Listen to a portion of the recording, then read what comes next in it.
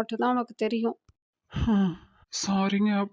பரமு உங்க அப்பாவை அப்படி பேசுனது தப்பு தான். பரவாயில்லைங்க. எனக்கும் வார்த்தைகளை கேட்கவும் கோவம் வந்துருச்சு, அதான். அது அது வாஸ்தவம் தானே. அப்பா ஸ்தானத்துல இருக்கிற ஒரு பெரியவரை அப்படி அவ பேசியிருக்க கூடாது. இ- என்ன பண்றதுனே தெரியல. சொன்னாலும் புரிஞ்சுக்க மாட்டேங்கிறான், இல்ல தெரிஞ்சும் வேணுன்ட்டே பண்றாளா, எதுவுமே புரியல எங்களுக்கு. பரமா, என்ன கிழவி சொல்லு. உங்க அப்பாக்கு கொடுக்க வேண்டிய காசு. ஆ, நான் தரேன்.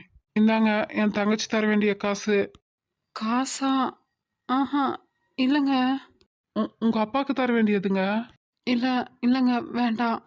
விக்கி, உங்க அப்பாட்ட பரமு வாங்கி இந்த காசு, அதை இவன் தரான், வாங்கிக்கோ.